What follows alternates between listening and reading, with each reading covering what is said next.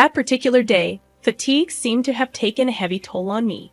After tucking my daughter Nia into her crib, I collapsed onto my own bed and slipped into sleep almost instantly. Sometime later, I jolted awake to the sound of Nicholas crying in the dead of night.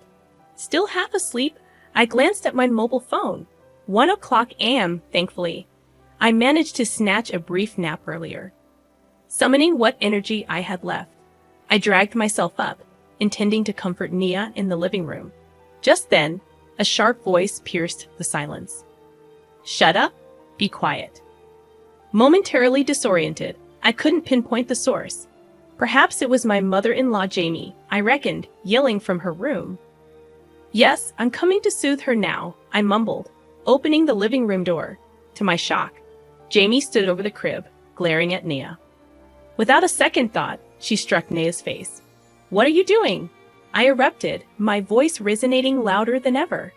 Jamie seemed taken aback for a fleeting moment. "Why didn't you soothe her sooner?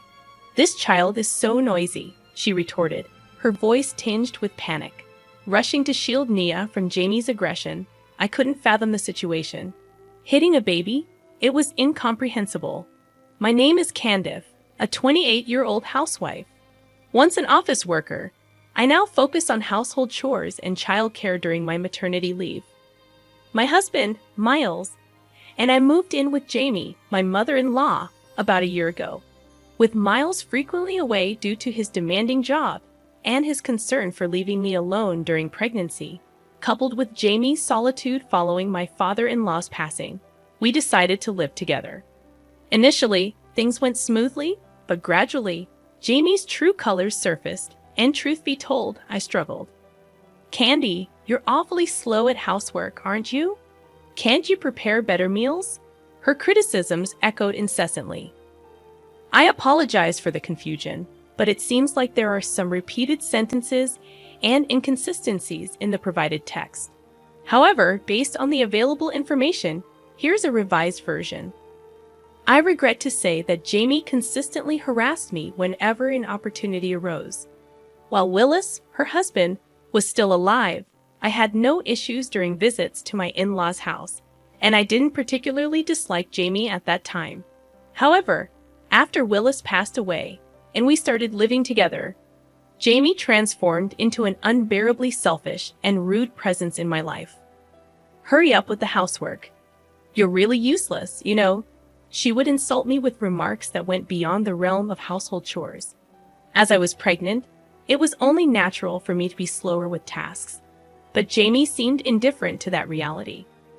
Her focus appeared to be on relentlessly harassing me, with Miles frequently away on business trips, returning home only around midnight, even when not traveling. I found myself spending most of my days with Jamie. I clung to the hope that things would change once the baby arrived. I believed that living with her grandchild would soften Jamie, despite her rough demeanor. Desperately holding onto that hope, I consulted Miles about it on WhatsApp, ensuring not to disrupt his work. He expressed genuine regret, wishing he could be there for me during tough times.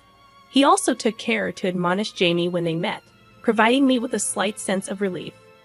Having Miles on my side made it somewhat more bearable when Jamie scolded me for not handling housework well enough during pregnancy. Eventually, I safely gave birth to a healthy baby girl. Blessedly, Miles managed to obtain permission from his company, citing the birth of our child. He left work early and rushed to the hospital just before I gave birth. When he held our newborn daughter, he marveled at her angelic cuteness, expressing genuine happiness. I, too, felt joy in bringing into the world the child of the man I love. I informed Jamie about the birth of our healthy baby girl through WhatsApp, assuming she might visit the hospital since we shared a living space. To my surprise, Jamie didn't show up, and she didn't respond on WhatsApp. The concern arose. Could she be uninterested in her granddaughter? Anxiety crept in as I pondered whether the harassment would persist even in this new chapter. As I grappled with these thoughts, the hospital room door swung open.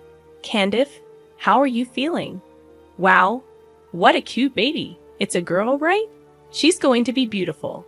It was my sister-in-law, La, who came to visit. La, kind and cheerful, had always been supportive. Married with children herself, I had decided to turn to her for parenting advice. "What's her name?" she inquired. Miles, and I had chosen the name Nia. "Oh, that's a nice name. Wait, hasn't Mom come?" I explained that I had contacted Jamie, but received no response.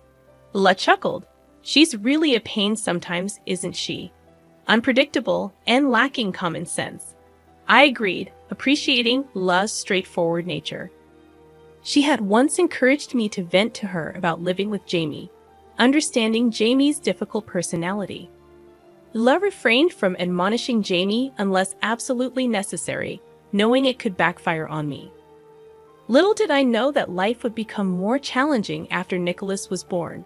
Upon returning home from the hospital with Nicola, Jamie seemed to ignore the baby's existence entirely. Instead, she demanded, "Hurry up and clean." Stunned, I placed Nicola in her crib and began cleaning.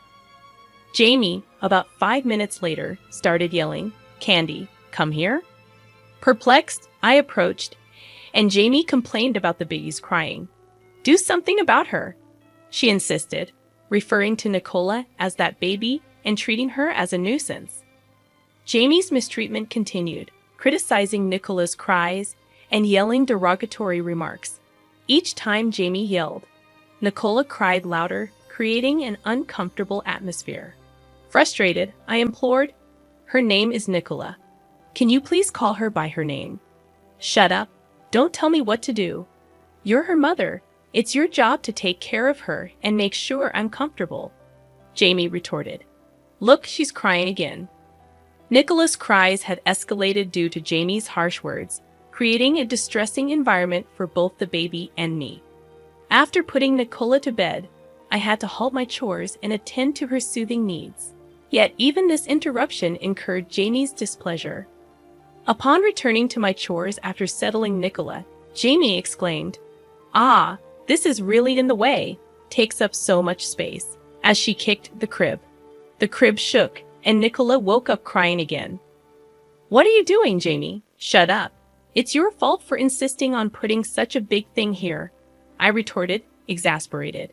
Yet it was Jamie who had suggested placing the bed in the living room to mitigate noise disturbances at night. "Are you complaining to me now? Stop arguing and soothe that noisy child," Jamie snapped, referring to Nicola in a derogatory manner. The situation felt untenable. Balancing household chores and childcare without incurring Jamie's wrath was proving increasingly challenging, and my exhaustion mounted. The constant criticism added to the strain. If I focused too much on childcare, I'd be scolded for being slow at housework, I lamented internally. And if I focus on chores, I'd be berated for my parenting, I added, feeling the weight of the conflicting expectations. With Miles away on a business trip for about 2 months, I felt the burden keenly. Attempts to seek solace and guidance from him over WhatsApp and phone calls were met with apologies and brief conversations. His apologies only added to my guilt, knowing he was working tirelessly for our family. Then, fatigue and stress reached a breaking point one night. Exhausted, I fell asleep soon after putting Nicola in her crib. In the wee hours, Nicola's cries roused me from slumber. Groggy, I checked my phone. 1 a.m., thankfully. I had managed a brief nap earlier. Summoning what little energy remained, I prepared to soothe Nicola in the living room. However, my efforts were interrupted by a commanding voice shouting, "Shut up, be quiet." Confused, I initially thought Jamie was berating me from her room. Resignedly, I responded, "Yes, I'm coming to soothe her now," and opened the living room door. To my shock, Jamie stood over the crib, glaring at Nicola. Without warning, she struck Nicola's face, prompting me to erupt in protest louder than ever before. Jamie seemed momentarily surprised by my outburst, caught off guard by the force of my reaction. "Why didn't you soothe her sooner? She's so noisy, this child." Jamie yelled back in a panic. Reacting swiftly, I rushed to the crib, lifting Nicola to shield her from Jamie's unwarranted aggression. The disbelief struck me hard. Hitting a 3-month-old baby. Could this person really be human? Nicola's cries escalated to a pitch I had never heard before, and her tiny face had turned a shade of red that sent shivers down my spine. In immediate distress, I dialed an ambulance. At the hospital, the doctor examined Nicola and assured me that, while her face was red, there was no concern about bruises or injuries. A wave of relief washed over me, but I felt on the verge of collapsing. The doctor inquired, "What happened? Did you drop her on the floor or something?" I explained the situation to the doctor when Illa, my sister-in-law, entered the room. In my panic, I had called Illa while in the ambulance. Miles was on a business trip and couldn't come immediately, so I reached out to Illa despite the late hour. Illa described Jamie hitting Nicola to the doctor, leaving him speechless, and she herself shook with anger. The next day, I returned home with Illa, bracing myself for the confrontation. I entered the house alone, and Jamie, acting as if nothing happened, continued harassing me as usual. "You're late. Hurry up and make breakfast. You missed taking out the trash because you came home in the morning. You really can't do housework," she berated. Exasperated, I interjected, "Enough. Did you forget what happened yesterday? You hit a 3-month-old baby, remember? How can you act so normally? First, apologize for yesterday." Jamie's face reddened with anger. "What? Why should I apologize? That child was the noisy one. I just slapped her because she wouldn't listen. It's a part of discipline. I thought she wouldn't be quiet otherwise." "That's not discipline, it's violence." "Enough with the noise. Just do your chores already," I asserted, my voice firm. "You don't regret it at all. Don't even think you did anything wrong." I called for Lila to enter the living room. "Lila, please come in." Jamie was taken aback. "Mom, what are you doing? I can't believe you did such a thing." "No, that's, Jamie stammered, flustered by Layla's sudden arrival. "Mom, you do realize that what you did is legally punishable, right?" Layla pointed out, her tone stern. Jamie's face turned pale. "Lila, you're not going to sue your own mother, are you?" Jamie pleaded, attempting to downplay the severity of her actions. Lila corrected her. "The one who's going to sue is Candice. I'll just be her lawyer." But wait, it was just a part of her education. Who would agree that hitting a baby is education? "This is a case of assault," I asserted firmly. No matter how much Jamie tried to justify her actions, such behavior could never be excused. "I'll definitely sue you. Be prepared," I warned Jamie, determined to seek justice. At that moment, Jamie began to cry quietly. "I'm sorry, Candy. I'd always lose control when I get angry and end up regretting it later. I've always been depressed and regretful about how I treated you and Nia. I truly am sorry for what happened. Why did I raise my hand to her?" Jamie continued speaking through her tears, expressing remorse. "I'd always wanted a boy for the eldest grandson. It was also Willis's wish. Willis's wish. It might be an old-fashioned thought, but we always hoped for a boy to carry on the family line. And when a girl was born instead, I was happy about the birth of a granddaughter, but also felt like I failed to fulfill a promise to Willis. And every time I got angry, I couldn't control myself. I'm really sorry." "Jamie, please calm down. Let's talk properly first," I suggested, trying to diffuse the tension. However, Jamie persisted. "No, I've done something terrible. No amount of apologies will ever be enough." She kept apologizing repeatedly, and I felt my heart waver, almost considering forgiveness. But then Leela spoke up. "Don't take her seriously, Candy. Mom always pretends to be deeply remorseful like this when she's cornered, just to end criticism against her. She did the same when Dad found out about her affair.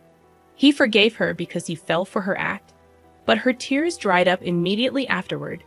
This is probably just an act too, right? You can't fool me." Leela's astute observation made Jamie falter. "What are you saying, Layla?" I examined Jamie closely, realizing that the tears that were flowing heavily just a moment ago had already dried up. It was likely fake crying. "Jamie, I can't forgive you anymore. How twisted can you be to try to weasel out of what you've done? Wait a minute. I'm not trying to escape anything, okay?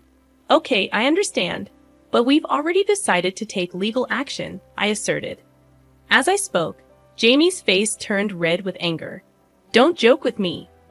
Why should I be subjected to this by a daughter-in-law like you? How insolent!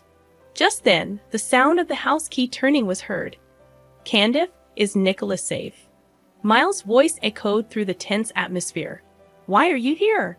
I was taken aback. I had only contacted him on WhatsApp. I thought Miles couldn't come since he was on a business trip. I had called him several times in the middle of the night, but then he drove straight here. Miles had been driving since 3:00 a.m. and arrived this morning. I didn't know Miles was coming too. Mom, cut it out. I've been hearing about your harassment from Candy, and I've been warning you every time, haven't I? And now you've gone and hit my precious Nicola. I'll never forgive you for this, Mom, Miles declared sternly. Even you're blaming me? How cruel. After I raised you, and Jamie retorted, her voice tinged with indignation. What are you talking about? You always left us with Aunt to play around. Our memories are filled with the meals Aunt cooked, not you, Mom. Just give it up. Besides, I think the doctor already reported it yesterday. The hospital knows Mom hit her, so I think it's just a matter of time before the police come. Bella chimed in, her tone resolute. No, wait. You're okay with your mother being arrested? I'd rather not have someone who hits a 3-month-old baby around. No matter what you say, Mom, you have no one on your side now, Miles countered, his voice unwavering. Jamie finally seemed to understand her situation, her face pale and slumped. Soon, the police arrived, and Jamie was arrested. As a first-time offender, she received a suspended sentence. However, Miles and Ella cut ties with her and issued restraining orders against her. Miles moved out of the in-laws' house with me and Nicola, renting an apartment while looking for a permanent place. We stayed briefly with Lula, which was a great help. Candace, I'm really sorry for everything. I'll take parental leave if I can't get it. I'll change departments or even jobs to ensure Nicholas's safety, Miles promised earnestly. His dedication filled me with hope. His company had some issues with the working environment, and he couldn't get parental leave, so he resigned and found another job. Now he comes home on time, helps with Nicola and the housework. We live in a high-rise near Liz family, often gathering for meals or enjoying barbecues. I don't know what's become of Jamie, but I heard from neighbors that after her arrest, she's become completely isolated and doesn't go out anymore. Prideful Jamie probably can't bear being known as someone who did such terrible things. Well, it doesn't matter to me anymore. She doesn't know where we moved, so there's no chance of meeting her unexpectedly. I plan to live happily, supporting each other as a family with Miles, Nicola, and Lila's family.